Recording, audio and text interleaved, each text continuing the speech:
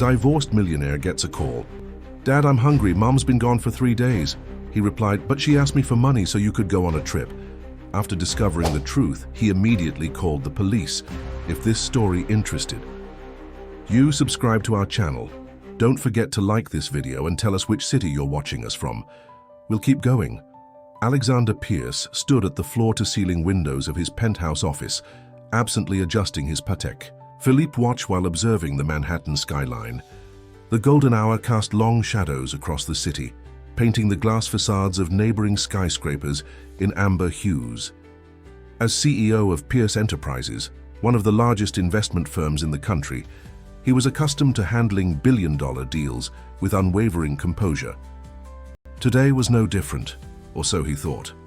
The quarterly investors' meeting was proceeding smoothly via video conference, with projections exceeding expectations across all portfolios.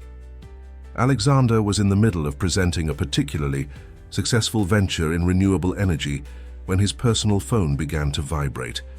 He glanced at the screen, ready to dismiss the call, but his son Tommy's name made him pause. Tommy never called during school hours. Something twisted in his stomach. A foreign sensation for a man who prided himself on maintaining perfect control. "Excuse me, gentlemen," he said to the grid of faces on his monitor. "I need to take this call. Jenkins will continue with the presentation." The moment he accepted the call, his carefully constructed world began to crumble. Tommy's voice came through small and frightened, nothing like the cheerful 8-year-old he'd spoken to last weekend. "Daddy?" The tremor in his son's voice sent ice through Alexander's veins. "I'm hungry. Mom's gone. She's been gone for 3 days. Alexander's grip tightened on his phone. "What do you mean, gone? She told me you were both going on vacation." "This month. I transferred the money for it." "We never went anywhere," Tommy whispered. "There was this new man she was seeing, and then she just disappeared. I'm scared, Dad. There's no food left and I don't know what to do." The prestigious office with its modern art and designer furniture suddenly felt suffocating. Alexander's mind raced through recent conversations with his ex-wife, Catherine. She had seemed distracted lately, asking for additional funds for various reasons: home repairs, school activities, the supposed vacation. He had transferred the money without question, believing it was the extent of his parental responsibility. "Stay where you are, buddy. I'm coming to get you right now." Alexander was already moving, grabbing his jacket from the custom Italian leather chair. "Have you called anyone else?" "No," Tommy's voice cracked. "Mom said we shouldn't trust anyone." "But you're my dad. I had to call you." The simple faith in his son's voice hit Alexander like a physical blow.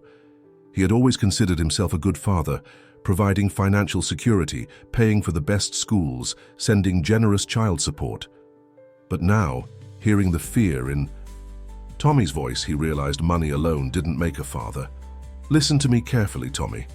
Go to your room and pack a small bag with clothes. I'll be there in 3 hours. Don't open the door for anyone else." Alexander was already texting his pilot to prepare the private jet. "Can you stay on the phone with me?" "The battery is almost dead," Tommy said, his voice getting fainter. "Please hurry, Dad." "I will, son. I promise." Alexander had never meant anything more in his life. "I'll call you on the landline in 5 minutes. Don't be scared." As he rushed toward the elevator, Alexander's mind was racing. Catherine had always been responsible, devoted to Tommy. Something was terribly wrong. The confident CEO facade cracked, revealing a terrified father beneath. His son was alone, hungry and frightened, while he had been focused on closing deals and growing his empire. The 3-hour journey to Boston stretched before him like an eternity. For the first time in years, Alexander Pierce, the man who could buy anything he wanted, felt completely helpless. His wealth, his connections, his power. None of it could make his private jet fly faster or erase the fear in his son's voice. What he didn't know yet was that this day would mark the beginning of a journey that would transform not only his life, but the lives of countless others. The universe had chosen this moment to teach one of its most powerful lessons. Sometimes, the biggest wake-up calls come through the smallest voices. The luxury high-rise apartment building in Boston's Back Bay neighborhood had always impressed Alexander with its elegant architecture and prestigious address. Now, As he strode through the marble lobby, none of that mattered. His designer shoes echoed against the polished floor as he rushed toward the private elevator, security staff stepping aside at his authoritative gesture. The ride to the 15th floor felt interminable. Alexander had maintained contact with Tommy through the landline during his flight, but the boy's responses had grown increasingly distant and lethargic.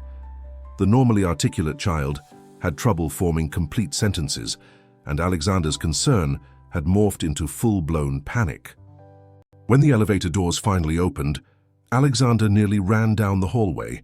Using his emergency key, the one Catherine had given him years ago for medical emergencies, he burst into the apartment and felt his world tilt on its axis. The place was unrecognizable. Gone was the immaculate home he remembered from his last visit 6 months ago. The air was stale, heavy with neglect. Dishes were piled in the sink, mail scattered across the floor. A half-empty glass of water sat on the coffee table, a fine layer of dust settling on its surface. "Tommy!" Alexander called out, his voice echoing through the eerily quiet space. "Where are you, son?" A small movement from the direction of the bedrooms caught his attention. Tommy emerged slowly, looking so different from the vibrant boy Alexander remembered that his heart clenched painfully in his chest. His son's face was pale, his clothes wrinkled and unchanged for what looked like days. Dark circles shadowed his young eyes, making him appear haunted. "Daddy?" Tommy's voice was barely above a whisper. He swayed slightly where he stood. Alexander crossed the distance between them in 3 long strides, dropping to his knees to embrace his son. Tommy felt too light, too fragile in his arms. The boy's body trembled as he buried his face in his father's expensive suit jacket. "When did you last eat, buddy?" Alexander asked, trying to keep his voice steady despite the rage and guilt churning inside him. "I don't know," Tommy mumbled. "There were some crackers, but they're gone now. Mom usually makes sure we have food, but she's been acting weird since David started coming around." "David?" Alexander pulled back slightly, looking into his son's eyes. "Is that the man your mother was seeing?" Tommy nodded, his lower lip trembling. "He said he was a financial person like you. Mom started giving him money to invest. She said he was going to make us rich." The boy's voice dropped even lower. "But then she started crying a lot when she thought I couldn't hear. And she wouldn't let me call Grandma anymore." Alexander's jaw clenched. He had noticed the recent requests for additional money, but had attributed them to inflation and Tommy's growing needs. How could he have been so blind? He prided himself on being able to read people, to spot financial schemes from miles away. Yet he had missed the signs right in front of him. "Let's get you something to eat," Alexander said, standing up and lifting Tommy into his arms. The boy's head rested heavily on his shoulder, a clear sign of exhaustion. "Then we'll figure this out together." In the kitchen, the refrigerator held nothing but a half-empty bottle of expired milk and some moldy cheese. The pantry was equally bare, save for a few canned goods pushed to the back. Alexander's hands shook as he pulled out his phone to order food delivery. While they waited, he explored the apartment more thoroughly, with Tommy never leaving his side. In Catherine's home office, he found stacks of financial documents, investment proposals, and bank statements. Something caught his eye: a series of large transfers to an account he didn't recognize, dated over the past few months. "Did your mom ever talk about where she and David were investing the money?" Alexander asked carefully, trying to keep his tone light despite the growing dread in his stomach. Tommy shrugged, picking at a loose thread on his sleeve. "She said it was a secret project, that we couldn't tell anyone about it because other people would try to steal our opportunity." He looked up at his father, eyes filling with tears. "Did I do something wrong by telling you?" Alexander pulled his son close, his heart breaking at the question. "No, Tommy. You did exactly the right thing by calling me. You're so brave and I'm so proud of you." He kissed the top of his son's head, making a silent vow.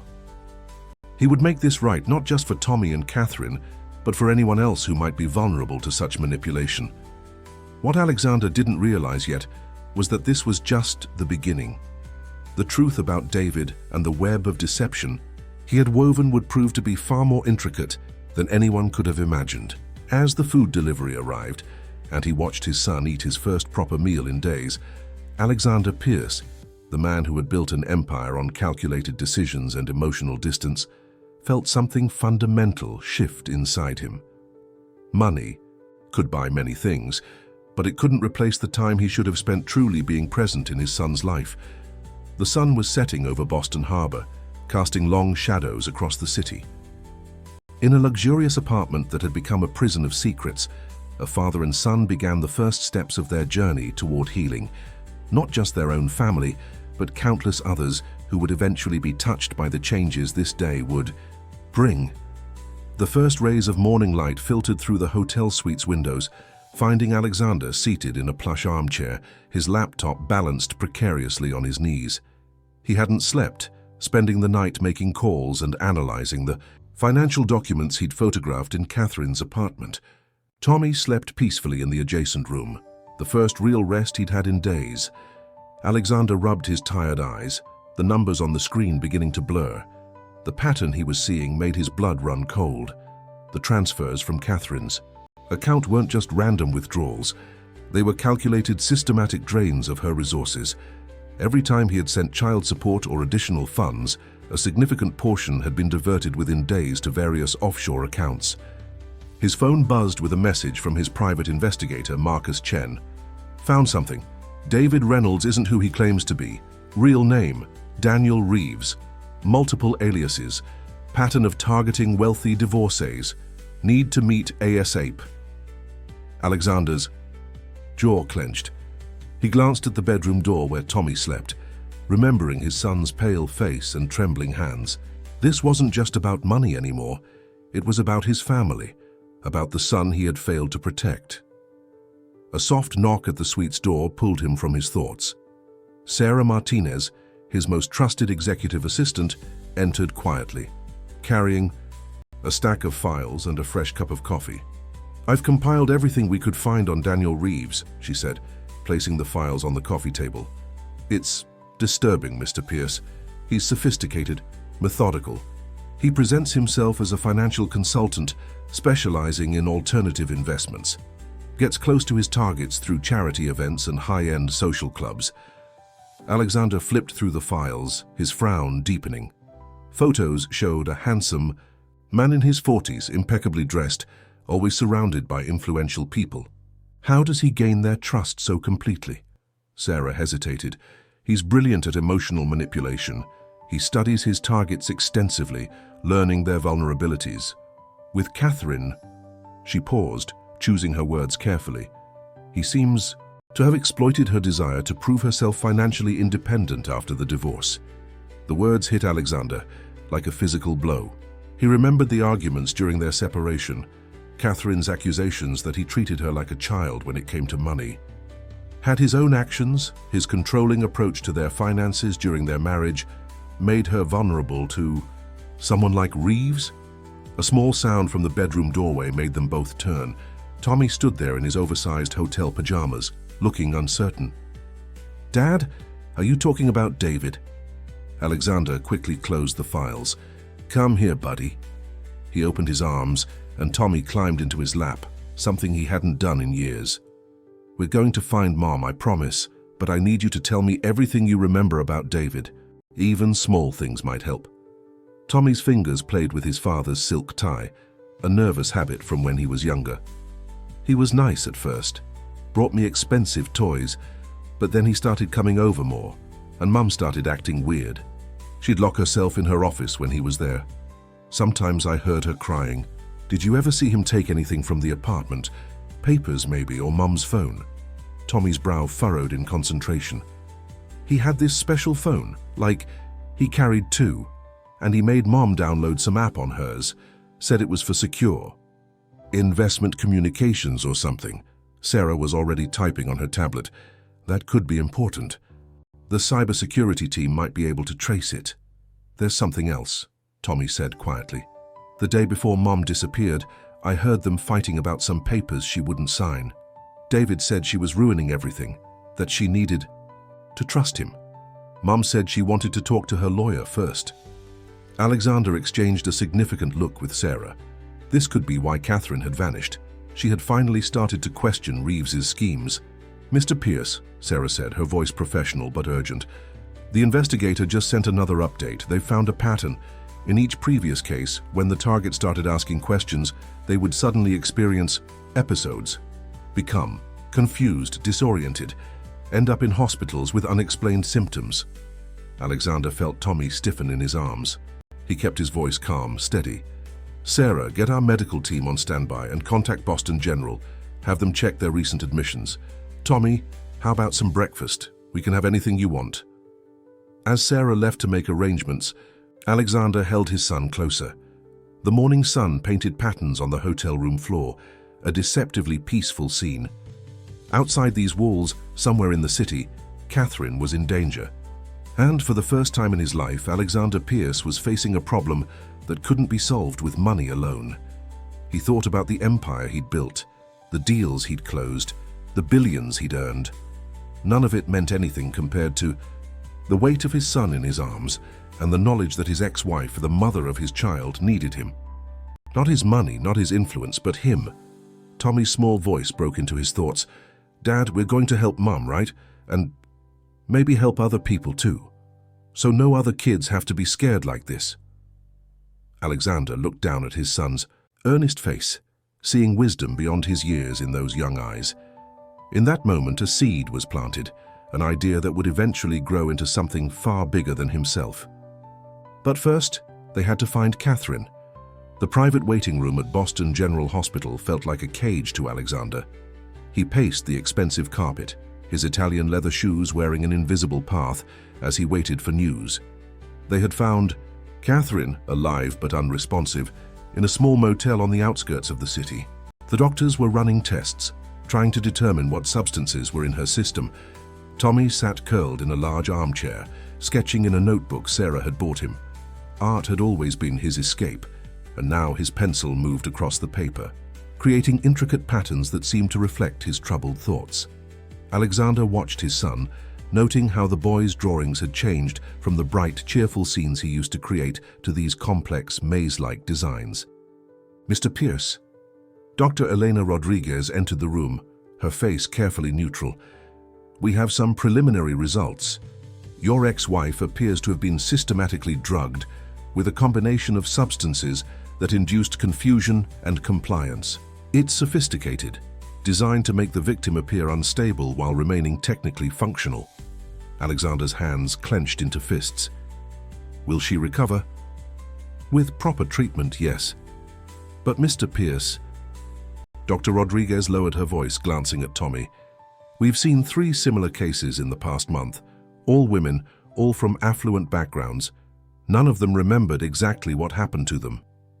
Before Alexander could respond, Marcus Chen slipped into the room. The private investigator's usually immaculate appearance was disheveled, suggesting he'd been working through the night. "We found Reeves's laptop," Marcus said without preamble. "He was sloppy when he ran. Left. It's in the motel room. The encryption's tough, but our tech team is working on it. There's something else, though." He pulled out his phone, showing Alexander a series of photographs. These were in a hidden compartment in his motel room. Different women, different cities, all with the same story. Alexander studied the photos, his stomach churning.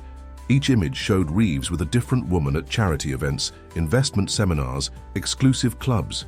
The settings changed, but his predatory smile remained constant. "Dad?" Tommy's voice made both men turn.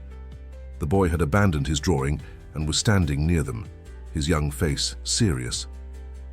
"Is Mum going to be okay?" Alexander knelt down to his son's level. "She's going to be fine, buddy. The doctors are helping her get better. In fact..." He glanced at Dr. Rodriguez, who nodded encouragingly. "Would you like to see her? She's sleeping right now, but I know she'd love to know you're here." Tommy nodded, clutching his sketchbook to his chest like a shield.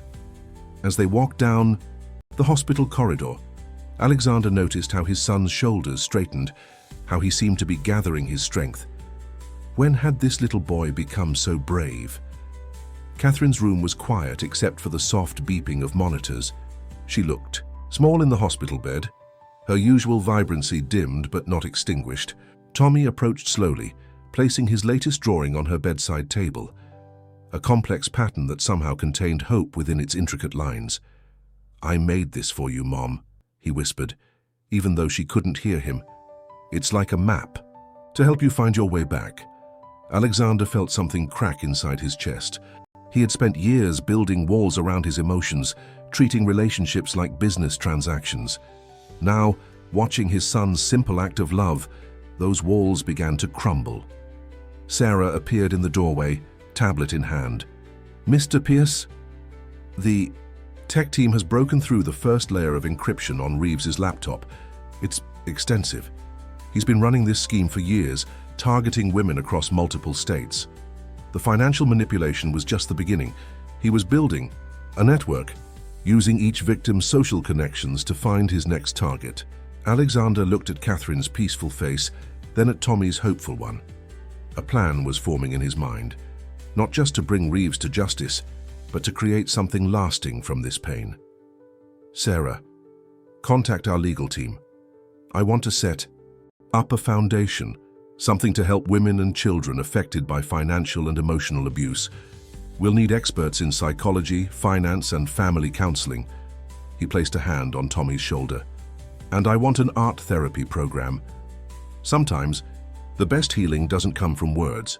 Tommy looked up at his father, a small smile breaking through his worry. "Could I help? Maybe my drawings could help other kids not feel so scared?" "That's a wonderful idea," a weak voice said from the bed.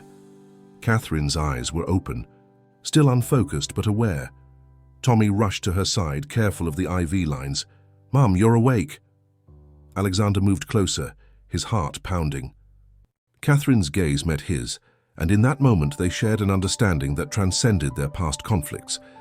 This wasn't just about their family anymore. It was about all the families who might face similar predators. Outside the hospital window, the Boston skyline stretched toward the horizon. Somewhere out there, David Reeves, or whatever his real name was, thought he had won. He didn't realize that his actions had set in motion something far bigger than his schemes. In trying to destroy one family, he had inadvertently sparked the creation of a movement that would help countless others find their way back from darkness. 2 weeks had passed since Catherine's awakening in the hospital. The luxurious rehabilitation center in the Berkshires, hand-picked by Alexander's medical team, provided a serene environment for her recovery. Floor-to-ceiling windows offered breathtaking views of the mountains, their peaceful presence a stark contrast to the turmoil of recent events. Catherine sat in a comfortable armchair, wrapped in a soft cashmere blanket, watching Tommy create another masterpiece at a small art table nearby. The boy's artistic talents had flourished in unexpected ways during their ordeal. His drawings, once simple childhood sketches, had evolved into complex expressions of emotion that caught the attention of the center's art therapist. "He has a gift," Dr. Julia Chen remarked, joining Catherine by the window. "The way he processes trauma through art is remarkable. Have you seen his latest series?" Catherine nodded, her eyes never leaving her son. "The maze drawings, they're beautiful and heartbreaking. He told me they represent the feeling of being lost and then finding your way back home." "Children often express what they can't say in words," Dr. Chen replied softly. "Speaking of expression, how are you feeling about tomorrow's session?" Tomorrow would be Catherine's first group therapy session with other survivors of financial and emotional manipulation. The thought made her stomach clench, but she forced herself to take a deep breath, just as her therapist had taught her. "Nervous," she admitted, "but ready. I keep thinking about all the other women out there going through what I did, feeling ashamed, isolated, afraid to ask for help." A gentle knock at the door interrupted her thoughts. Alexander entered, carrying a leather portfolio and wearing a more casual outfit than his usual business attire, a subtle acknowledgement of this different environment. "Dad!" Tommy rushed over, proudly holding up his latest drawing. "Look, what I made. Dr. Chen says it could help other kids." Alexander knelt to examine the artwork, giving it his full attention. The drawing showed a complex labyrinth, but unlike his previous maze drawings, This one had bright points of light throughout, leading to a radiant center. It's incredible, buddy. Want to tell me about it? It's about finding your way when you're scared, Tommy explained, his voice gaining confidence. See these golden spots? They're like safe places, and people who help you, like how you came when I called and how we found Mom. Catherine wiped away a tear, touched by her son's interpretation. Alexander caught her eye and they shared a moment of understanding. Their boy had become wise beyond his years, transforming his pain into something beautiful and healing. Actually, Alexander said, standing and opening his portfolio, that's partly why I'm here today. The Foundation's legal framework is complete. He pulled out several documents, laying them on a nearby table. Catherine, I'd like you to be part of the board of directors. She blinked in surprise. Me? But after everything that happened, my judgment is exactly why we need you, Alexander interrupted gently. You understand what these women are going through in a way I never could. Your experience, as painful as it was, gives you insight that could help protect others. Dr. Chen nodded encouragingly. He's right, Catherine. Survivor leadership is incredibly powerful in organizations like this. Catherine stood, moving to examine the documents. The Foundation's mission statement caught her eye, empowering survivors of financial and emotional abuse through education, support, and creative healing programs. We're calling it the Lighthouse Foundation, Alexander explained. Tommy's art actually inspired the name, the idea of providing light in the darkness, helping people find their way back. Like my drawing, Tommy exclaimed, rushing to add a lighthouse to his maze artwork. Catherine ran her fingers over the embossed logo, a stylized lighthouse with rays of light forming a protective embrace. It's perfect, she whispered. But Alexander, this is extensive. The scope of services, the staff requirements. Money isn't an issue, Alexander said firmly. I've already committed a significant portion of my personal fortune to the endowment, but more importantly, he paused, choosing his words carefully. I want this to be something we build together, as a family, not just for ourselves, but for everyone who needs a light in the darkness. Tommy looked up from his drawing. Can I help too? Maybe I could teach other kids how to draw their feelings. Catherine felt warmth spread through her chest at her son's eagerness to help others. The therapists had warned her about possible behavioral issues, trust problems, and emotional withdrawal after their ordeal. Instead, Tommy had somehow found a way to channel his experience into empathy and creativity. Actually, Dr. Chen interjected, art therapy is proven to be particularly effective with children who've experienced trauma. Tommy's perspective could be invaluable in developing the Foundation's youth programs. As the afternoon sun cast long shadows across the room, the family gathered around the table, examining plans and sharing ideas. Catherine felt strength flowing back into her spirit with every passing moment. The man who had tried to destroy her life had inadvertently set her on a path to helping others, to becoming someone stronger than she'd ever imagined possible. Alexander watched Catherine and Tommy collaborating on ideas for the Foundation's programs, his heart full. In the midst of near tragedy, they had discovered a new purpose, one that would reach far beyond their own healing to touch countless other lives. The light in Tommy's maze drawing seemed to glow brighter, a beacon of hope in a world where too many people lost their way in the dark. 6 months later, the Lighthouse Foundation's inaugural ceremony transformed the grand ballroom of Boston's premier hotel into a haven of hope and new beginnings. Soft lighting created an intimate atmosphere despite the room's size, while Tommy's artwork, professionally framed and displayed, added splashes of color and emotion to the elegant space. Catherine stood at the podium, her hands trembling slightly as she surveyed the crowd. Hundreds of faces looked back at her, survivors, supporters, counselors, and financial experts who had joined their cause. In the front row, Tommy sat between Alexander and Sarah, giving his mother an encouraging thumbs up. When I first met David Reynolds, Catherine began, her voice steady despite the difficult subject, I thought I had found someone who understood my desire for financial independence. Instead, I discovered the true meaning of emotional and financial manipulation." She paused, drawing strength from the supportive faces before her. "But this story isn't about him. It's about what happens after the manipulation, after the fear, after you think you've lost everything. It's about discovering that your lowest point can become the foundation for something extraordinary." In the audience, Alexander watched with pride as Catherine commanded the room's attention. Gone was the withdrawn, frightened woman they'd found. In the hospital, in her place stood a powerful advocate, using her experience to light the way for others. "The Lighthouse Foundation isn't just about financial recovery," Catherine continued. "It's about emotional healing, about rediscovering your strength, about turning trauma into triumph. And sometimes our greatest teachers are the ones we least expect." She gestured toward Tommy, who stood and walked to join her at the podium, carrying his sketchbook. "My son's art became a beacon during our darkest times. Through his drawings, he showed me that there's always a way forward, always a path back to light. Today, his art therapy program is helping children across the country express their feelings and find healing through creativity." Tommy opened his sketchbook, holding up his latest piece. A stunning combination of lighthouse imagery and intricate pathways, each leading to a bright center.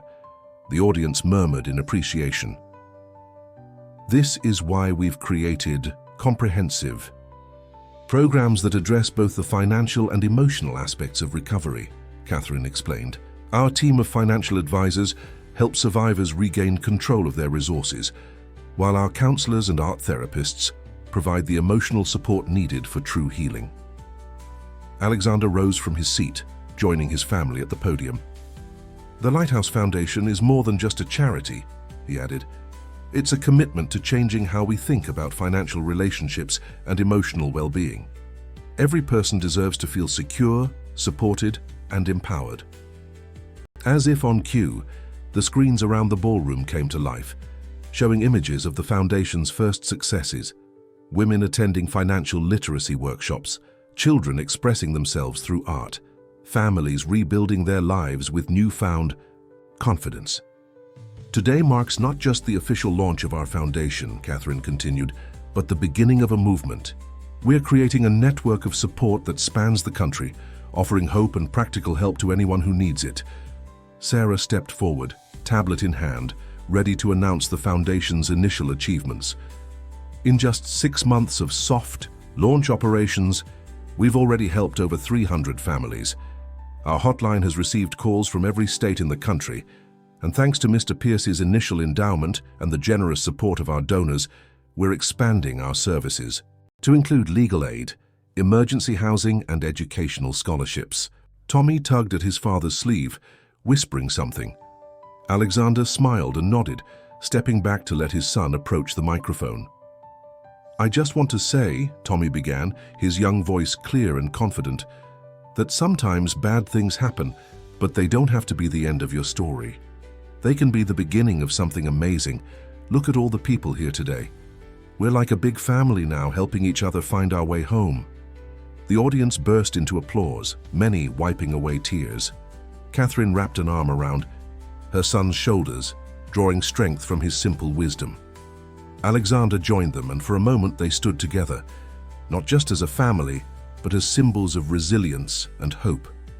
As the ceremony continued, with presentations from counselors and survivors sharing their stories, Catherine looked out at the sea of faces. Each person represented a potential light in someone else's darkness, a beacon of hope in a storm. The foundation they'd built wasn't just an organization, it was a testament to the human spirit's capacity to transform pain into purpose. The sun began to set outside the ballroom's windows, but inside the light of hope burned brighter than ever. In the back of the room, new arrivals were still trickling in, drawn by the promise of understanding and support. Each one would find their own path to healing, guided by the lighthouse they had built together. 1 year after the Lighthouse Foundation's launch, Alexander sat in his newly redesigned office, the wall of windows now adorned with framed pieces of Tommy's art. The morning sun illuminated the latest edition, a powerful piece showing a group of people holding lanterns, their combined light pushing back the darkness. His phone buzzed with a message from Catherine. Emergency meeting needed. New case, this one's different. Within an hour, the Foundation's core team gathered in the conference room. Catherine, now the executive director, stood at the head of the table, her professional demeanor a far cry from the vulnerable woman of a year ago.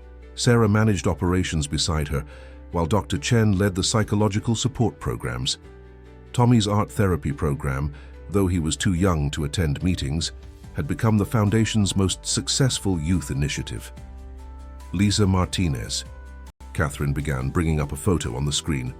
32, successful tech entrepreneur.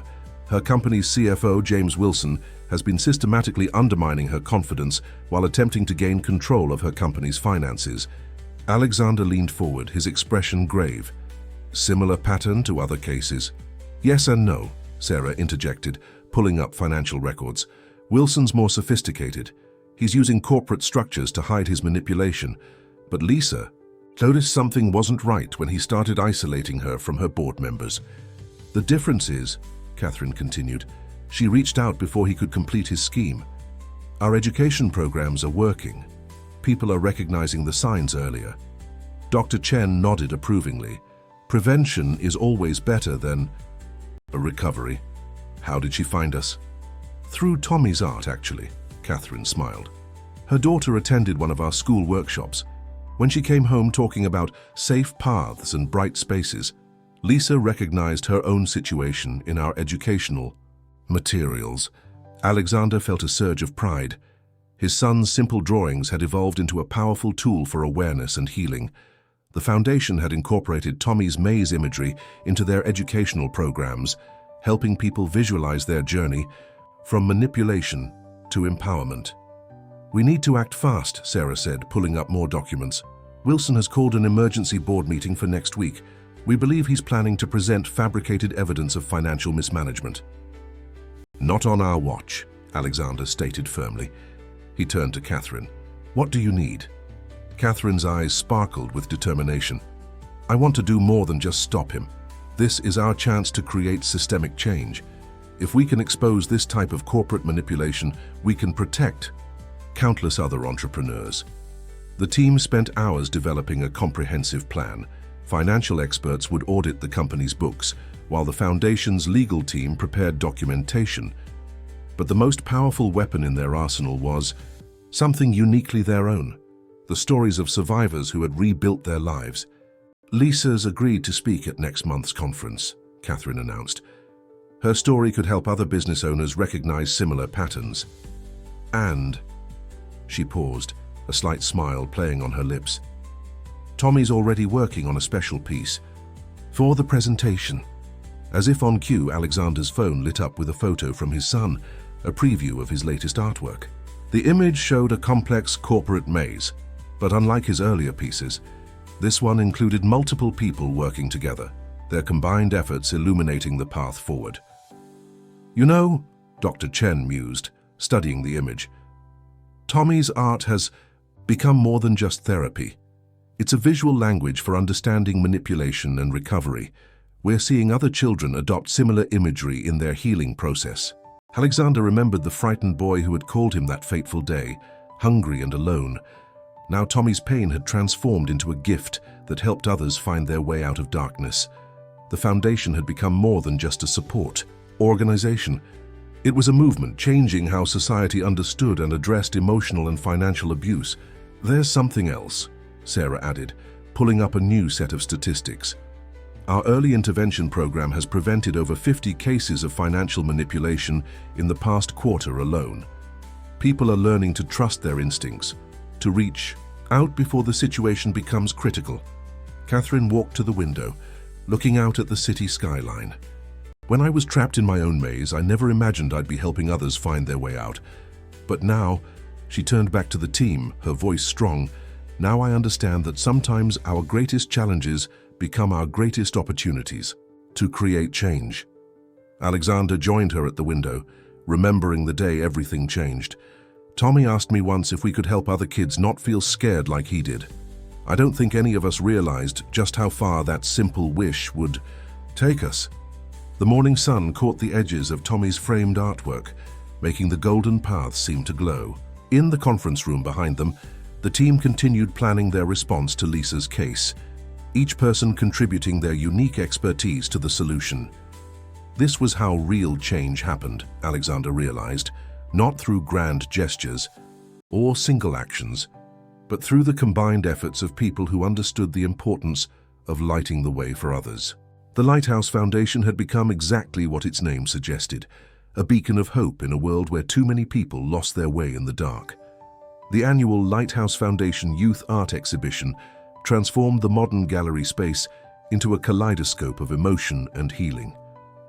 Hundreds of pieces created by young artists affected by financial and emotional manipulation lined the walls, each telling its own story of resilience and recovery. Tommy, now 9 years old, stood proudly beside his latest installation, Osati Siyu, a series of interconnected maze drawings that visitors could walk through, experiencing the journey from isolation to community. Interactive lights responded to movement, illuminating different paths as people explored the space. "Can you explain your inspiration?" a young reporter asked, her recorder held carefully as she interviewed the Foundation's youngest artist. Tommy considered the question with a maturity that still surprised Alexander, watching from nearby. "When bad things happen, it's like being lost in a maze," his son explained. "But I learned that you're never really alone. There are always people willing to help, like lights in the darkness. I wanted to show other kids that finding your way back isn't about doing it by yourself. It's about connecting with others who understand." The reporter smiled, clearly moved. "And these golden threads running through all the pieces? Those represent the stories we share," Tommy said, touching one of the metallic lines that connected his drawings. "Every time someone tells their story, it helps light the way for someone else, like a lighthouse." Across the gallery, Catherine was leading a group of corporate sponsors through the exhibition. Her confident voice carried clearly as she explained the Foundation's latest initiatives. Art therapy isn't just about expression, it's about understanding. These pieces help us identify patterns of manipulation early, preventing years of trauma. Lisa Martinez, the tech entrepreneur they'd helped months earlier, stood with her daughter beside one of the collaborative pieces. The young girl had contributed to a massive mural that showed a city at night, with lighthouses appearing in unexpected places, office buildings, schools, homes. "After what happened at my company," Lisa told a group of interested patrons, "I realized how important it is to create safe spaces everywhere. The Foundation didn't just help me retain control of my company, they helped me understand how to make my workplace safer for everyone." Alexander moved through the crowd, listening to snippets of conversation. The Foundation's impact had grown beyond anything they'd initially imagined. Corporate leaders discussed implementing early warning systems in their organizations. Education. Administrators explored incorporating art therapy programs in their schools. Financial institutions examined their policies for signs of potential manipulation. Dr. Chen appeared at his side, beaming with pride. "The healing ripples out," she said softly. "Every child who finds their voice through art helps another child feel less alone. Every parent who recognizes the signs helps another family avoid trauma." "Dad," Tommy called out, waving him over to a new group of visitors. "These people came all the way from Europe. They want to start something like the Foundation in their countries." The international delegates gathered around Tommy's installation, taking notes and photos. The Foundation's model of combining financial protection with emotional healing had caught the attention of organizations worldwide. Sarah, ever efficient, was already discussing logistics with the European representatives. "We've developed comprehensive training programs," she explained. "Everything from identifying manipulation patterns to implementing art therapy workshops. We can help you establish similar programs in your communities." Catherine joined them, her eyes bright with excitement. "Think about it, Alexander. Lighthouse beacons across the globe, all working together to prevent financial and emotional abuse." Alexander watched as Tommy led the international visitors through his maze installation, explaining how the interactive lights worked. His son's traumatic experience had sparked something extraordinary, a movement that was spreading hope and healing across borders and cultures. "You know what's remarkable?" Dr. Chen observed, watching the scene. "A year ago, most of these kids couldn't talk about their experiences. Now look at them. They're not just surviving, they're helping others thrive. She was right. Throughout the gallery, young artists proudly explained their work to visitors. Their pieces told stories of darkness and light, of losing and finding their way, of transformation and hope. But most importantly, they told stories of connection, of reaching out and finding others who understood. A small commotion near the entrance drew their attention. A new family had arrived, looking uncertain and overwhelmed. Alexander recognized the signs. They were at the beginning of their journey, still finding their way out of the maze. Without hesitation, Tommy approached them, his warm smile welcoming. "Would you like to see my installation?" he asked the young girl who clung to her mother's hand. "It's about finding your way when things seem scary." As Tommy led the family through his interactive maze, explaining how the lights worked and sharing his own story, Alexander saw the tension in their shoulders begin to ease. This was the true power of what they'd created. Not just a foundation or a program, but a community where healing could begin. The evening sun slanted through the gallery's windows, making the golden threads in Tommy's installation shimmer. Visitors moved through the space, connecting with each other and the art around them. In every corner, stories were being shared, understanding was growing, and hope was taking root. This was more than an art exhibition. It was a testament to the human spirit's capacity for transformation. Each piece on the walls, each story shared, each connection made was another light in the darkness, another beacon showing the way home. 18 months after the foundation's launch, Catherine stood in front of her office mirror, adjusting her blazer before her biggest presentation yet. The United Nations Conference on Financial Empowerment had invited her to be their keynote speaker, recognizing the Lighthouse Foundation's groundbreaking approach to preventing financial abuse. Her phone chimed with a message from Tommy. "Made something special for your speech, Mom. Dad's helping me set it up in the conference room." Attached was a photo of his latest artwork, a stunning digital installation that combined his signature, maze imagery, with real-time data visualization of the Foundation's global impact. "You ready?" Alexander appeared in her doorway, looking proudly at his ex-wife. Their relationship had evolved into something neither of them had expected, a powerful partnership built on mutual respect and shared purpose. "Almost," Catherine replied, picking up a small sketchbook from her desk. "Tommy's first maze drawing. I always carry it with me before important presentations. Reminds me why we started this journey." They walked together through the Foundation's headquarters, now occupying 3 floors of a downtown Boston building. The space hummed with activity, counselors conducting virtual sessions, financial advisors reviewing cases, art therapists preparing for group workshops. Sarah met them by the elevators, tablet in hand. "The conference center is packed. We've got representatives from 47 countries, plus major financial institutions and tech companies. And," she paused, smiling, "the educational curriculum you developed with Dr. Chen has been approved for implementation in public schools across 5 states. The elevator doors opened to reveal Dr. Chen herself, looking excited. "Catherine, you need to see this before your speech." She led them to the conference room where Tommy's installation was being set up. "We've been analyzing the data from our prevention programs. The early intervention success rate has increased by 300% since implementing Tommy's visual awareness tools." The conference room had been transformed by Tommy's creation. Interactive walls displayed flowing patterns of light that responded to touch, while real-time data streams showed the Foundation's growing impact. Number of families helped, abuse cases prevented, financial resources protected. "Dad helped with the technical stuff," Tommy explained, making final adjustments to the display. "But I wanted to show how everything's connected, how helping one person creates ripples that help others." Catherine hugged her son, careful not to wrinkle her suit. "It's perfect, sweetheart. This is exactly what I wanted to show the UN delegates, that addressing financial abuse requires more than just legal frameworks. It needs heart." Alexander checked his watch. "We should head to the conference center. The Secretary General's opening remarks are in an hour." As they rode to the venue in the Foundation's car, Catherine reviewed her speech notes. The past 18 months had transformed her from a victim to a recognized expert in preventing financial abuse. But more importantly, they had shown her the power of turning personal pain into collective healing. "Remember when you first found me?" she asked Alexander quietly. "I was so ashamed, so broken. I thought I'd lost everything. My confidence, my independence, my ability to protect our son."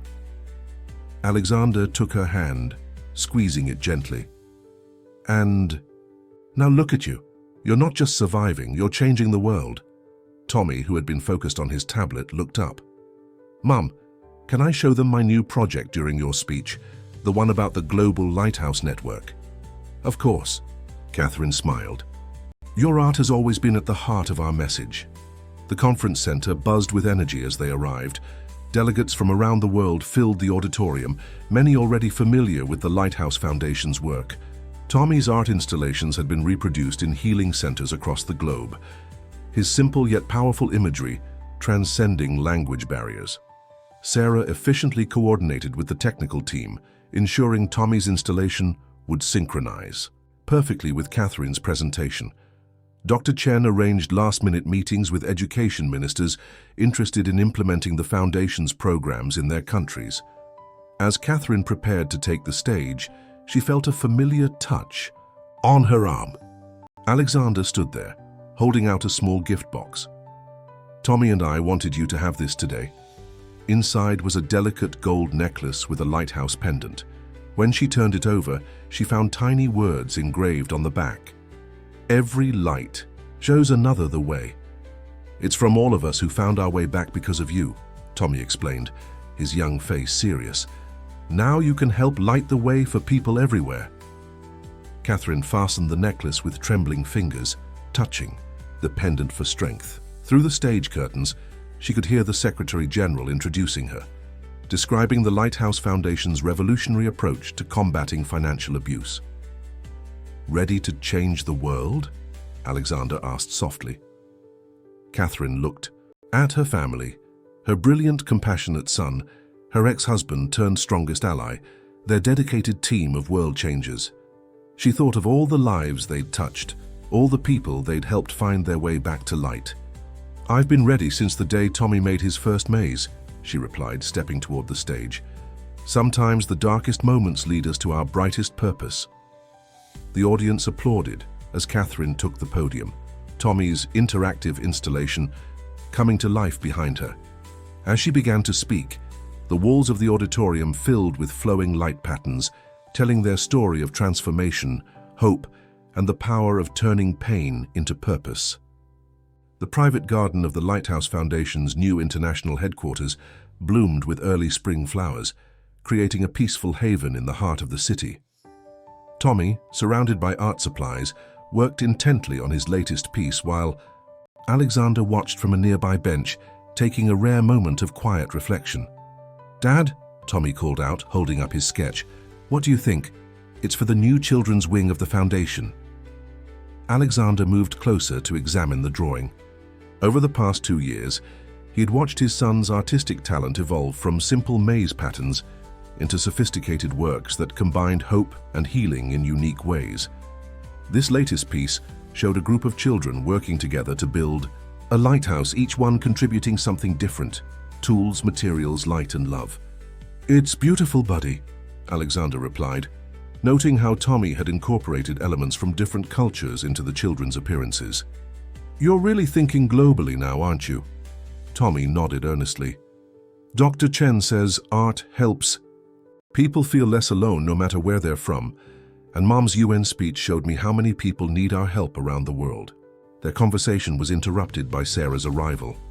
"Mr. Pierce, the board meeting is about to start, and Tommy, your mother's video calling from Singapore. She wants to show you the new art therapy center they're opening there."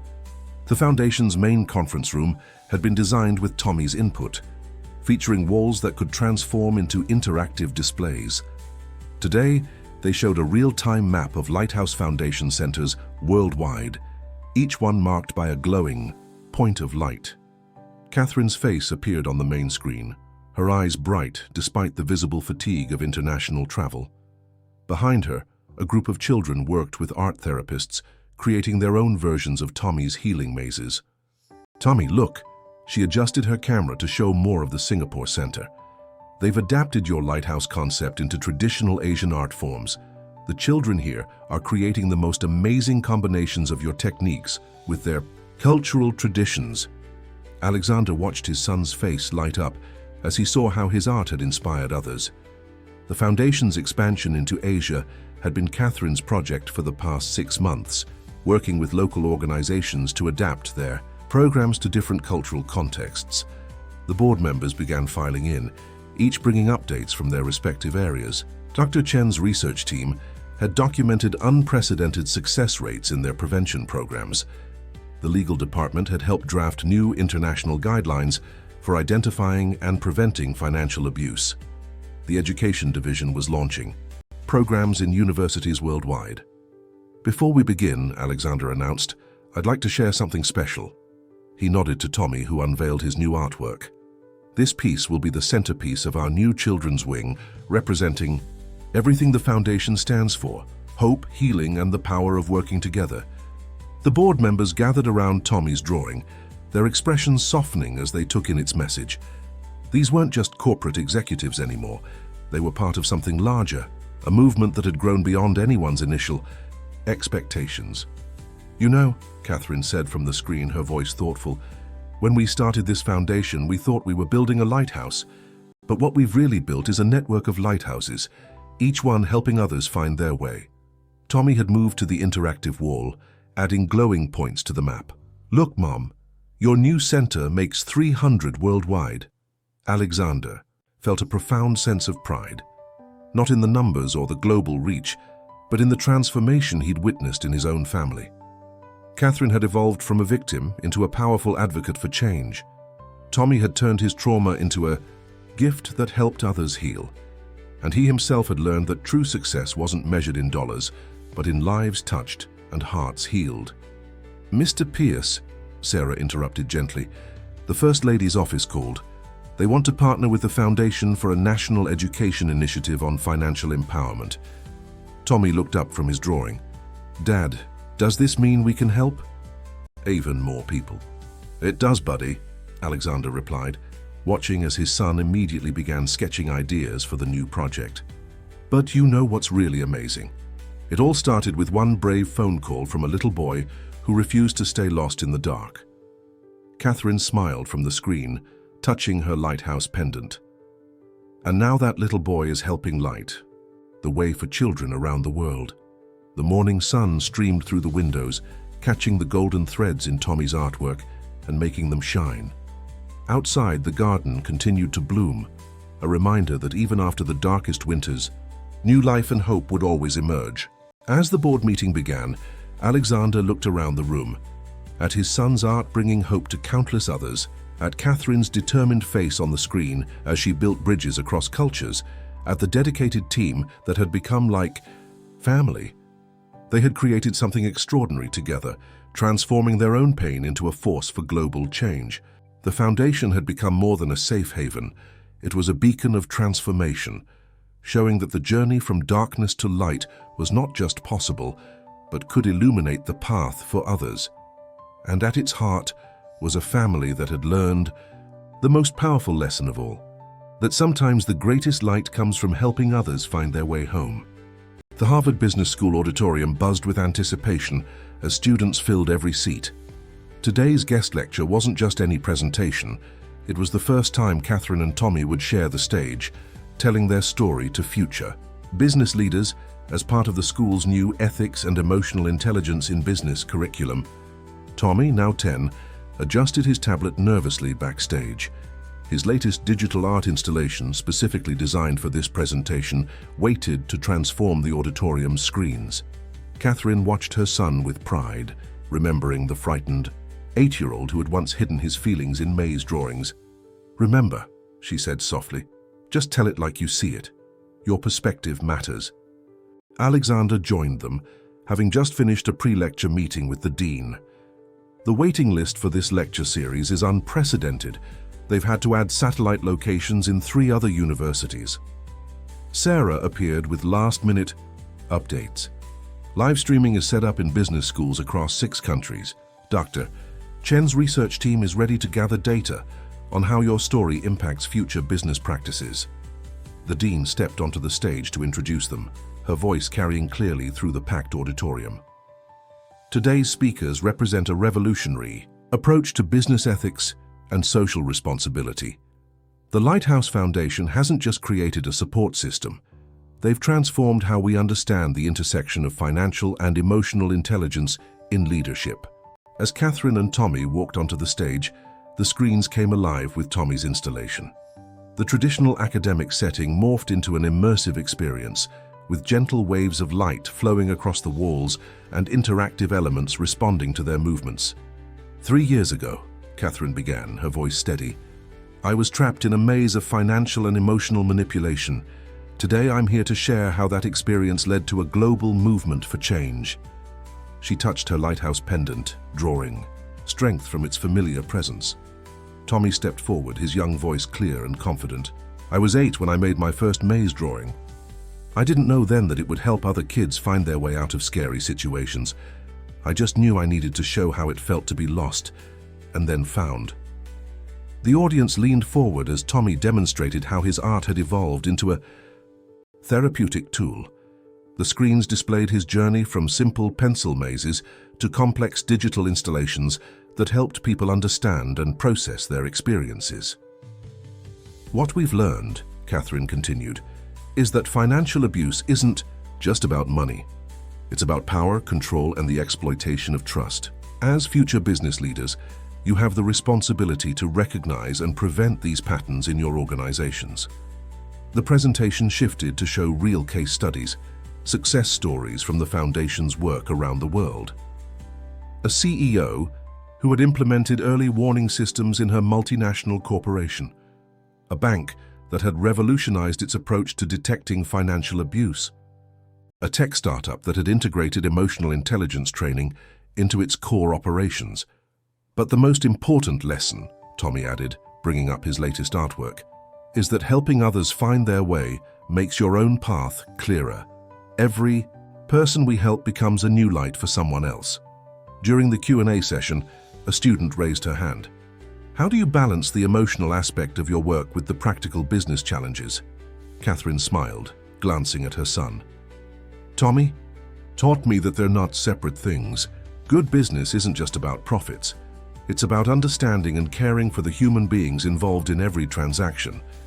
Another student asked Tommy directly, what would you tell other kids who feel lost like you did?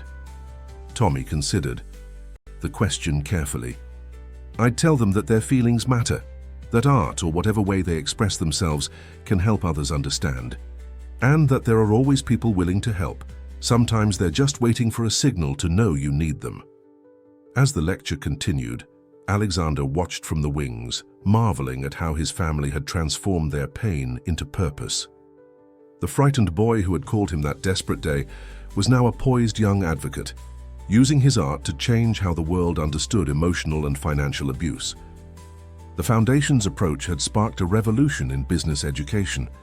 Universities worldwide were incorporating their insights into their curricula, recognizing that the next generation of leaders needed more than just financial acumen. They needed emotional intelligence and ethical awareness. Sarah showed Alexander the latest metrics on her tablet.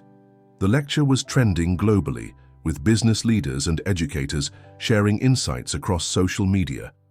The Foundation's message was reaching beyond their traditional audience, influencing how future corporations would approach financial ethics and emotional responsibility.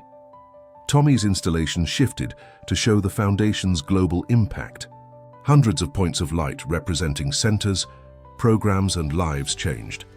But more than the numbers, it showed the connections between these points, illustrating how each person helped became a helper themselves. We call it the lighthouse effect, Catherine explained to the audience. When one person finds their way out of darkness, they often become the light that guides others. It's not just about helping people escape abuse, it's about transforming survivors into leaders.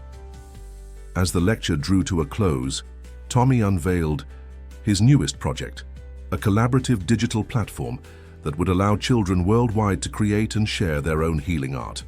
The audience burst into applause, understanding they were witnessing not just a presentation, but a glimpse into the future of ethical business leadership. Catherine wrapped an arm around her son's shoulders as they received a standing ovation.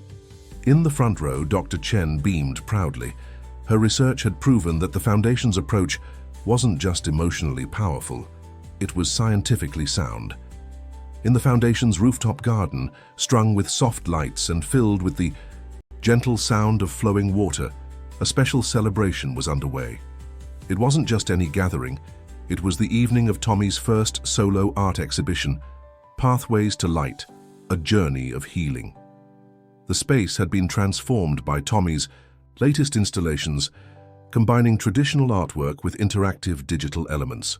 Maze patterns flowed from canvas to screens, responding to visitors' movements and emotions. Each piece told part of a larger story, not just of his family's journey, but of the countless lives touched by the Foundation. Alexander stood with Catherine watching their son guide a group of young artists through the exhibition.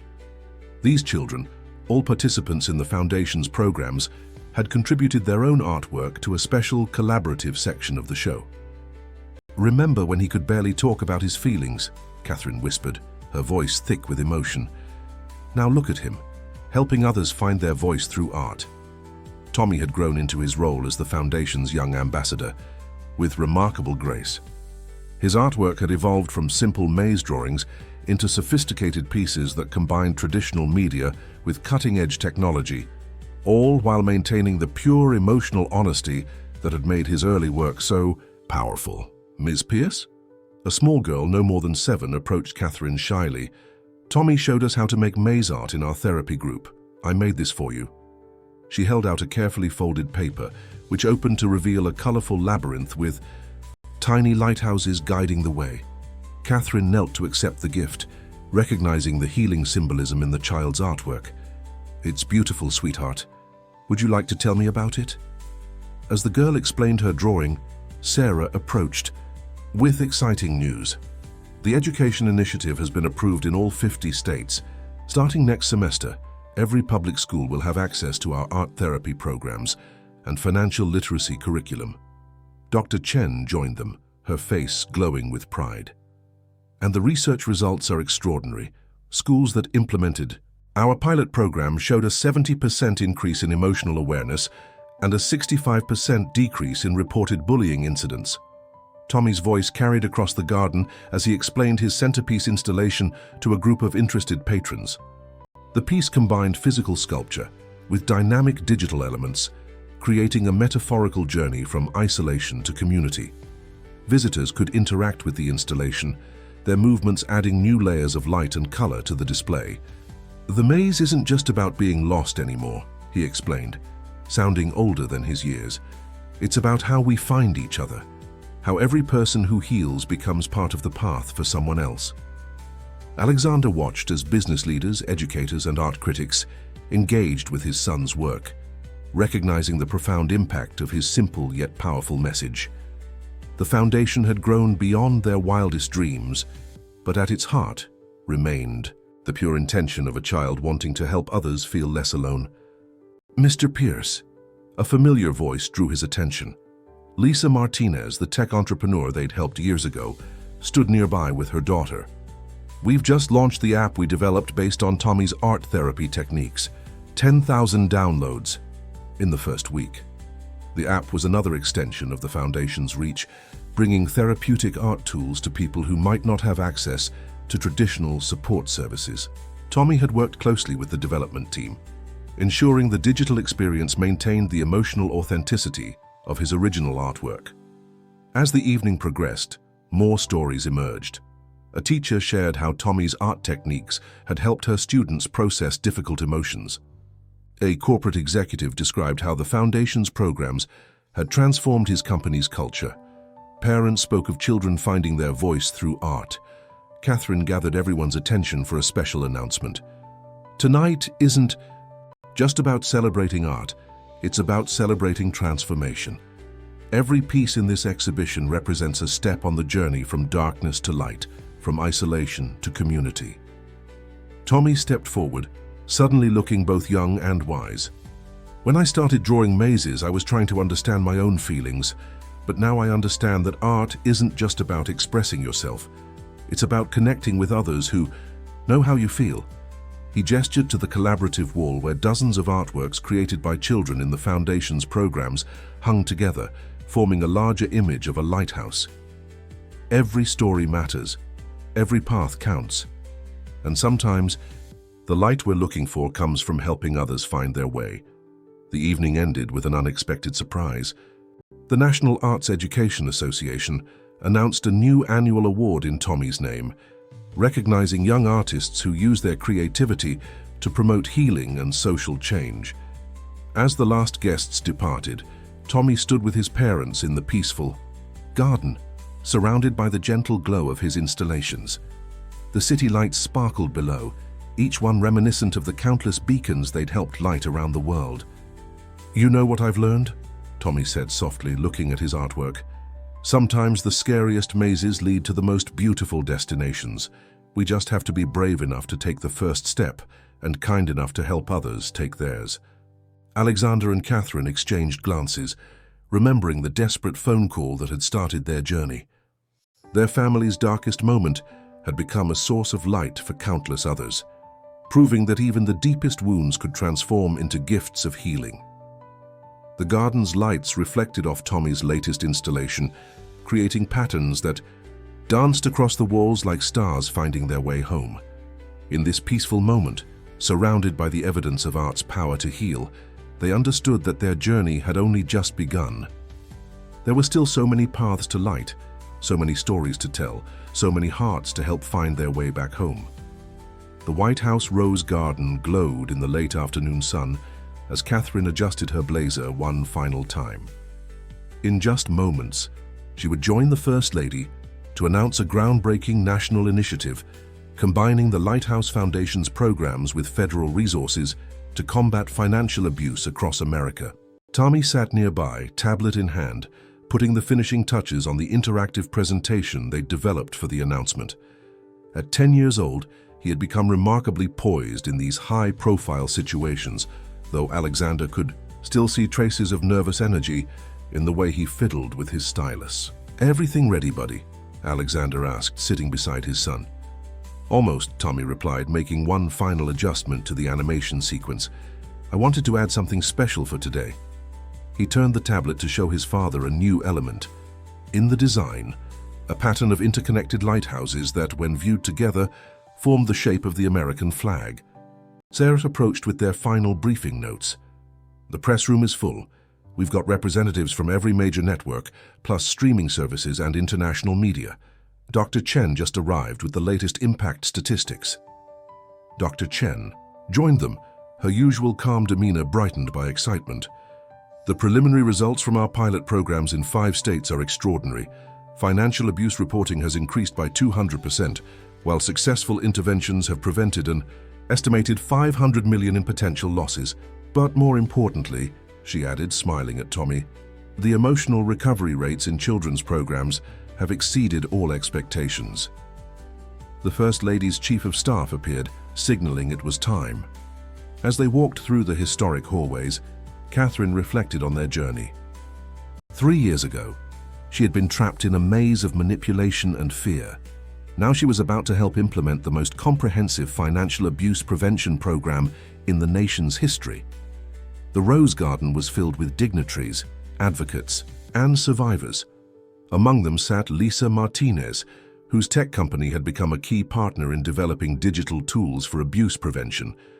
Near her were other survivors who had transformed their experiences into advocacy, each one a beacon of hope for others still finding their way. The First Lady stepped to the podium first, her words carrying across the hushed garden. "Today, we're not just announcing a program, we're launching a revolution in how we protect Americans from financial abuse. The Lighthouse Initiative. We'll bring together the innovative approaches of the Lighthouse Foundation with the reach and resources of the federal government." As Catherine took her place at the podium, Tommy's presentation came to life on the screens behind her. The interactive display showed the planned nationwide network of support centers, each one represented by a glowing point of light. Financial abuse thrives in isolation, Catherine began, her voice strong and clear. It flourishes in darkness, but today we're building a network of light so vast and interconnected that no one need ever face these challenges alone. Tommy's animation shifted, showing how the Foundation's programs would be integrated into existing social services, creating a comprehensive safety net. The artistic elements made complex data accessible and emotionally resonant, helping viewers understand not just the statistics, but the human stories behind them. This initiative, Catherine continued, will establish lighthouse centers in every state, implement our prevention curriculum in schools nationwide, and create rapid response teams to intervene in crisis situations. But perhaps most importantly, it will change how we talk about financial abuse, transforming it from a hidden shame to a challenge we face together as a community. The First Lady returned to the podium to announce the initiative's funding, a combination of federal resources and private sector partnerships that would ensure sustainability and reach. Alexander, watching from the side, felt a surge of pride as Tommy was invited to explain the youth programs that would be implemented in schools across the country. "When I first started drawing mazes," Tommy said, his young voice carrying surprising authority, "I was trying to understand my own feelings. Now, through our art therapy programs, we help other kids do the same thing. But we also teach them about healthy relationships with money, about trust, and about asking for help when they need it." The screens shifted to show examples from the Foundation's youth programs. Children's artwork transformed into powerful tools for emotional expression and healing. The audience murmured appreciatively as Tommy demonstrated how traditional art therapy techniques had been enhanced with digital technology to reach more young people. Dr. Chen presented the research backing their approach, explaining how the Foundation's programs had revolutionized the understanding of financial abuse recovery. "We're not just treating symptoms," she explained. "We're changing patterns of behavior that have persisted for generations." As the presentation concluded, Catherine unveiled the initiative's most ambitious element, a nationwide early warning system that would help identify potential abuse situations before they escalated. The system, built on artificial intelligence and human insight, would work through banks, schools, and community organizations to spot warning signs and trigger appropriate interventions. 3 years ago, Catherine said, her voice softening, with emotion, my son's courage in reaching out for help changed not just our lives but the lives of countless others. Today we're ensuring that every person who needs help will find it, not just through one lighthouse, but through a constellation of support that spans our entire nation. The afternoon sun caught the crystal lighthouse pin the First Lady had given Catherine, sending prisms of light dancing across the podium. In that moment, surrounded by people dedicated to creating change, the simple truth of their mission seemed to shimmer in the air. Sometimes the darkest experiences could lead to the brightest possibilities for helping others. The grand ballroom of the Lighthouse Foundation's international headquarters sparkled with celebration as hundreds of guests gathered for a milestone event. 5 years had passed since that desperate phone call that started everything, and the Foundation was hosting a special anniversary gala to honor the transformations that had occurred since then. Tommy, now entering his teenage years, stood before his latest installation, a massive interactive wall that told the Foundation's story through art, light, and emotion. The piece combined physical artwork with cutting-edge technology, allowing visitors to explore the journey from isolation to community through their own movement and interaction. Each light represents a person who found their way back, he explained to a group of interested visitors, and when you touch one, you can see all the other lives they helped change. As if to demonstrate, he placed his hand on one glowing point, causing a cascade of light to ripple across the installation, showing the interconnected web of healing and hope that had grown from each intervention. Catherine, watching from nearby, felt her heart swell with pride. Her son had grown from a frightened child into a poised young advocate, using his artistic gifts to help others understand and heal from trauma. The maze patterns that once expressed his fear now guided others toward hope. Alexander joined them, having just finished a meeting with international partners. "The European Union has officially adopted our prevention protocols," he announced quietly. "Every bank in the EU will now use our early warning system to identify potential abuse situations." Sarah appeared with more updates. The app has reached 5 million downloads worldwide, and Dr. Chen's latest research paper on the effectiveness of our art therapy programs has been accepted by the World Health Organization as a global best practice. The gala's guests represented a cross-section of the Foundation's impact: survivors who had become advocates, business leaders who had implemented protection programs, educators who had brought the curriculum to their schools, and children who had found their voice through art therapy. Lisa Martinez, whose tech company had become a crucial partner, was demonstrating the latest version of their prevention software to a group of international bankers. The AI can now identify subtle patterns of financial manipulation across multiple accounts and institutions, she explained. But more importantly, it connects potential victims with human support immediately. Dr. Chen had set up a special display showcasing the scientific validation of their approach. 5 years of data prove that combining financial protection with emotional support creates lasting change, she told interested visitors. "We're not just preventing abuse, we're breaking intergenerational cycles of financial trauma." As the evening progressed, Tommy unveiled the centerpiece of his installation, an interactive experience that allowed visitors to contribute their own light to the growing network. "Everyone has a story," he explained, "and when we share our stories, we help light the way for others." Catherine took the stage for the evening's keynote address, touching her lighthouse pendant for strength. 5 years ago, I was lost in a maze of manipulation and fear. Today, we stand in a room full of light, not just the physical light around us, but the light of transformation, of healing, of hope." The screens behind her came alive with Tommy's artwork, showing the Foundation's growth from a single office to a global network of support. "We've helped prevent over $10 billion in financial abuse," she continued. "But the real measure of our success isn't in dollars. It's in the lives transformed, the families restored, the communities strengthened." Alexander joined her on stage, and Tommy completed the family triangle. Together they represented not just a success story, but a new model of healing, one that recognized the deep connection between financial and emotional well-being. "Looking forward," Catherine announced, "we're launching our most ambitious project yet. The Lighthouse Academy will train the next generation of advocates, combining financial expertise with emotional intelligence and artistic expression. We're not just solving today's problems, we're preparing tomorrow's leaders to create lasting change." Tommy stepped forward to demonstrate the Academy's innovative curriculum through his art. The installation transformed to show how traditional financial education would be enhanced with emotional awareness training and creative expression. Because sometimes, he explained, his young voice carrying wisdom beyond his years, the best way to understand something is to see it differently. Art helps us do that. It helps us turn our experiences, even the painful ones, into bridges that connect us with others. As the evening drew to a close, guests were invited to add their own lights to Tommy's installation. One by one, they approached the wall, each touch creating new connections in the glowing network. The combined effect was breathtaking, hundreds of individual lights joining together to push back the darkness. Catherine, Alexander, and Tommy stood together, watching the spontaneous display of unity and hope. 5 years ago, they had been broken pieces of a fractured family. Now they stood as architects of transformation, their personal healing multiplied countless times through the lives they'd touched.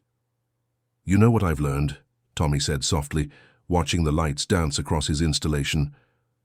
"Sometimes, the hardest paths lead to the most important destinations, and when we help others find their way, we make the whole world a little brighter." The gala continued into the night, but the real celebration was in the quiet moments, in the conversations between survivors sharing their stories, in the children proudly showing their artwork, in the professionals implementing new protection systems, and in the endless possibilities that opened up when people chose to transform their pain into purpose. The pristine auditorium of the newly inaugurated Lighthouse Academy buzzed with anticipation. It was orientation day, and the first class of students, A diverse group of survivors, advocates, financial experts, and artists filled the seats. At the center of the stage stood a remarkable piece of interactive art, Tommy's latest creation, designed specifically for this momentous occasion. Catherine adjusted her presentation notes at the podium, watching as Tommy, now 13, made final adjustments to his installation. The piece seemed to breathe with light, responding to the energy in the room. It was hard to believe that this confident young artist had once been that frightened child calling for help. "Ready?" Alexander asked, joining them on stage. As the Foundation's chairman, he would officially open the academy, but everyone knew the real stars of the day were Catherine and Tommy, the mother and son whose journey had inspired this revolutionary, educational initiative. Sarah orchestrated the technical preparations with her usual efficiency. Live streaming is connected to our satellite campuses in London, Tokyo, and Sydney. Dr. Chen's research team is ready to document this first cohort's journey. The lights dimmed and Tommy's installation came to life, casting a warm glow across the auditorium. The piece combined traditional art with advanced technology, creating an immersive experience that would serve as both inspiration and teaching tool for the Academy students. "Welcome to the Lighthouse Academy," Catherine began, her voice strong and clear. "Each of you is here because you understand that preventing financial abuse requires more than just financial knowledge. It requires emotional intelligence, creative thinking, and the courage to transform personal experience into positive change." The screens behind her displayed statistics about the Foundation's impact over the past 5 years. Thousands of families helped, billions in abuse prevented, hundreds of communities transformed. But more importantly, they showed the human stories behind these numbers, stories of healing, empowerment, and transformation. Tommy stepped forward to explain his installation. "This piece represents our learning philosophy," he said, gesturing to the interactive wall. "See how the lights respond to movement? That's because real change happens when we engage with each other, when we share our stories and experiences." As if to demonstrate, he touched one of the glowing points, causing a cascade of light to flow across the installation. Every person's journey affects others. When we heal, we help others heal. When we learn, we help others learn. Dr. Chen took the stage next, explaining the Academy's unique curriculum. "We're combining traditional financial education with art therapy, emotional intelligence training, and practical advocacy skills. Our graduates won't just understand financial abuse, they'll be equipped to prevent it and help others recover from it." The first class of students represented this integrated approach. Among them sat Lisa Martinez's daughter, now a teenager herself who had been inspired by Tommy's art to pursue both technology and creative therapy. Next to her was a former banking executive who had witnessed financial abuse and wanted to create better prevention systems. "Your first assignment," Catherine announced, "is to share your story through art. It doesn't matter if you've never drawn before. Tommy will show you how art can express things that words sometimes can't." The students moved to the workshop area, where art supplies and digital tablets waited. Tommy began demonstrating his technique for turning personal experiences into visual narratives. His gentle guidance and profound understanding of emotional expression helped even the most hesitant participants find their creative voice. Alexander watched from the side, marveling at how naturally his son had grown into his role as a teacher. The frightened boy who once drew mazes to understand his fear now helped others navigate their own emotional landscapes. "Mr. Pierce," Sarah whispered, showing him her tablet. "The online applications for next semester have doubled since the orientation began streaming. We're getting requests from universities worldwide to partner with the Academy." Catherine joined a group of students working on their pieces, offering encouragement and sharing her own journey. "Remember," she told them, "every story matters. Your experiences, however painful, can become tools for helping others find their way." As the day progressed, the Academy's walls filled with artwork, each piece telling a unique story of survival, hope, and transformation. Tommy's installation responded to each new addition, incorporating elements of the students' work into its flowing patterns of light. "You see," Tommy explained to a particularly moved student, "art isn't just about expressing pain, It's about transforming it into something that helps others. When we share our stories through creativity, we create new paths for healing. Dr. Chen's team documented the day's activities, adding to their growing body of research on the effectiveness of creative expression in healing from financial trauma. What we're seeing here, she told visiting educators, is the birth of a new approach to both prevention and recovery. Near the end of the day, Catherine gathered everyone for a final observation. The students' artwork had been digitally integrated into Tommy's installation, creating a powerful visualization of their collective journey. "Look at what you've created together," she said softly. "Each of your stories is unique, but together they form something larger, a network of understanding, support, and hope. This is what the Lighthouse Academy is about, turning individual experiences into collective wisdom that lights the way for others." As the sun set outside, the installation's glow seemed to intensify, reflecting the energy and emotion in the room. The Academy's first class had begun their journey not just as students, but as pioneers in a new approach to healing and prevention. Tommy stood with his parents, watching as the last students added their contributions to the installation. "You know what's amazing?" he said thoughtfully. "Every time someone shares their story, it makes the light stronger. It's like what you always say, Mum. We're not just building lighthouses anymore, we're teaching others how to become beacons themselves." The United Nations General Assembly Hall hummed with anticipation as delegates from around the world gathered for a historic moment. The Lighthouse Foundation's comprehensive approach to preventing financial abuse was about to be adopted as a global standard, marking a transformation in how the world addressed this pervasive issue. Catherine stood at the podium, Tommy and Alexander beside her, as she prepared to present the Foundation's model to the international community.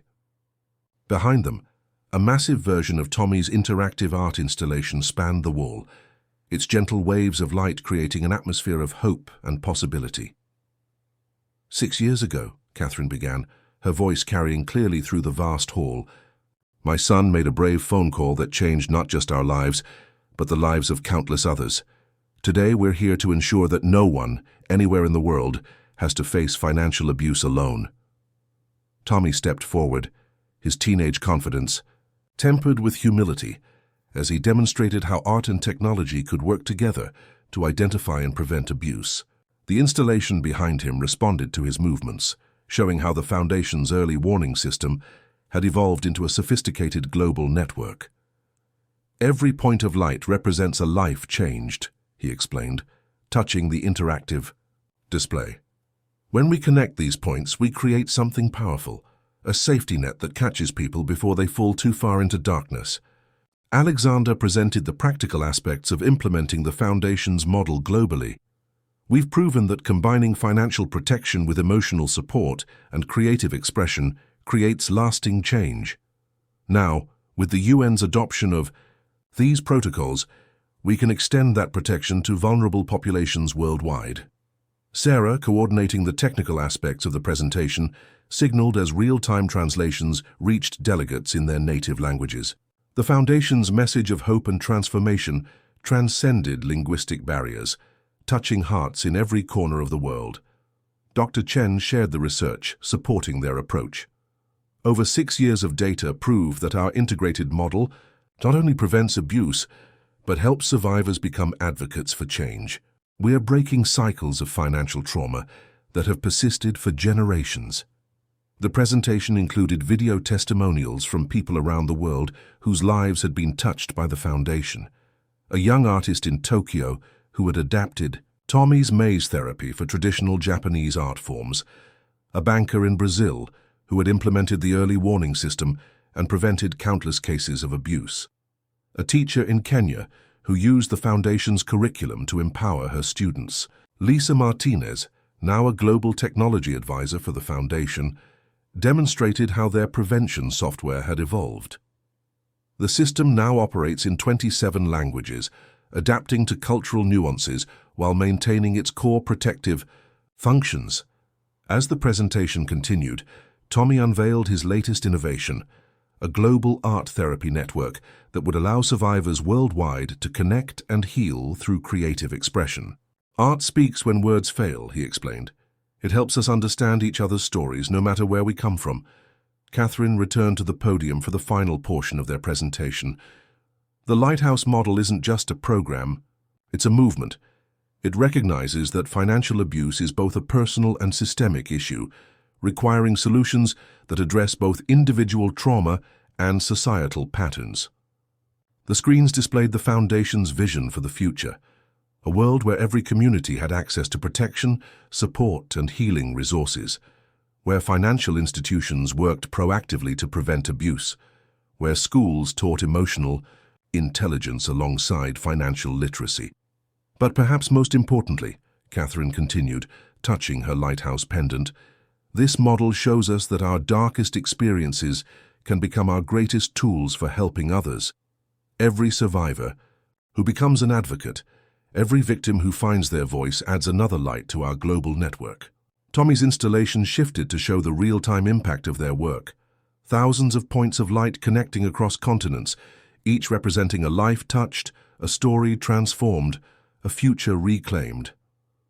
6 years ago, Tommy said, his young voice carrying wisdom beyond his years, I drew mazes because I felt lost. Today we're creating pathways that help others find their way home. And with the UN's adoption of the Lighthouse model, those pathways will reach every corner of the world. As the Assembly prepared to vote on the resolution, Alexander watched his family with pride. They had transformed their personal tragedy into a force for global change, proving that the human spirit's capacity for healing and hope knew no bounds. The installation's light seemed to pulse with anticipation as the votes were cast. One by one, nations signaled their support, until finally the resolution passed unanimously. The Lighthouse model would become an international standard, its principles of protection, healing and transformation adopted by countries worldwide. In that moment of triumph, Catherine, Alexander and Tommy stood together, their family's journey coming full circle. The desperate phone call that had once connected a frightened boy with his father had grown into a global network of support, proving that sometimes the smallest lights could illuminate the largest paths to change. On the evening before his 14th birthday, Tommy stood in the private gallery of the Lighthouse Foundation's headquarters, surrounded by a retrospective of his artwork. The exhibition, titled Journey of Light, From Mazes to Movement, chronicled not just his artistic evolution, but the transformation of a family's pain into a global force for change. The first piece in the collection was the simple maze drawing he'd made during those frightening days when his mother disappeared. Now framed in soft light, it seemed to pulse with the raw emotion of that time, fear, confusion, and the desperate hope that someone would help. It feels like a lifetime ago, Catherine said softly, joining her son. She wore her lighthouse pendant, now accompanied by the crystal pin given to her by the First Lady and the United Nations Humanitarian Award medallion. Alexander approached with Dr. Chen, who had been instrumental in documenting the therapeutic impact of Tommy's art. Over the years, your early works are being studied in psychology programs worldwide, she told Tommy. The way you translated emotional trauma into visual language has revolutionized how we understand recovery. Tommy moved through the gallery, explaining the progression of his work to Sarah and other Foundation leaders who had gathered for this private viewing. Each piece told part of their story, from simple pencil mazes to complex digital installations that now helped people around the world find their way out of darkness. This was the turning point, he said, stopping at a piece created during their first year of recovery. The maze pattern had begun to incorporate light, showing paths forward instead of just walls and barriers. I realized that art could do more than express pain. It could help create solutions. The exhibition continued chronologically, showing how Tommy's art had evolved alongside the Foundation's growth. There were pieces from the First Support Center, the Harvard Lecture Series, the White House Initiative, and the United Nations presentation. Each artwork reflected not just artistic maturity, but a deepening understanding of healing and hope. Remember this one? Catherine touched a frame containing a collaborative piece from the Foundation's first youth workshop. This was when we discovered that other children could use your maze technique to process their own experiences. Alexander watched his son move confidently through the gallery, remembering the frightened boy who had called him that desperate day. Tommy had grown into a poised young advocate, using his artistic gifts to help others while maintaining the sensitivity and empathy that made his work so powerful. The most remarkable thing, Dr. Chen observed, is how your art has created a universal language for healing. We've seen your techniques adapted across cultures, helping people who might otherwise never have found their voice. Sarah brought up the latest statistics on her tablet. The art therapy programs based on your work are now active in over 5,000 schools worldwide. The digital version of your maze therapy has been translated into 40 languages.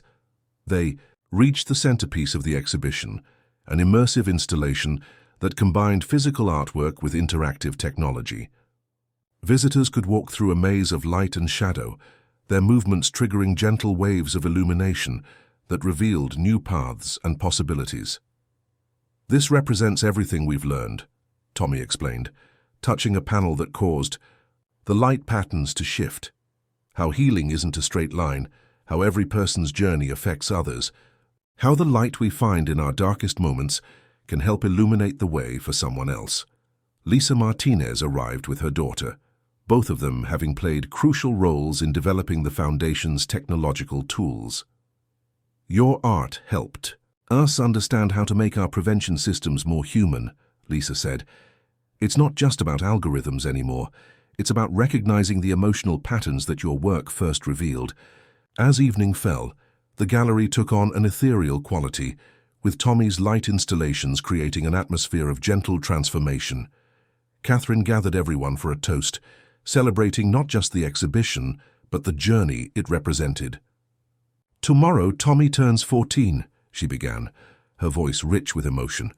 The same age I was when I first started struggling with financial confidence, but because of his courage in reaching out that day, because of his gift for turning pain into purpose, countless others now have tools for protection and healing that I never had. Alexander raised his glass. To art that lights the way, he said simply, watching his son with pride. Tommy touched one of his earliest maze drawings, then gestured to his latest installation. You know what I've learned? He said thoughtfully. Every maze has a solution. Sometimes we find it alone, sometimes we need help, but there's always a way forward, and sometimes the path we take to find our way becomes a light for others. The exhibition would open to the public the next day, sharing their story with the world. But this evening belonged to the family and close friends who had been part of their journey from the beginning. Together, they had transformed a single cry for help into a global movement of healing and hope. As night settled over the city, Tommy's installations cast their gentle light across the gallery, creating patterns that seemed to dance with possibility.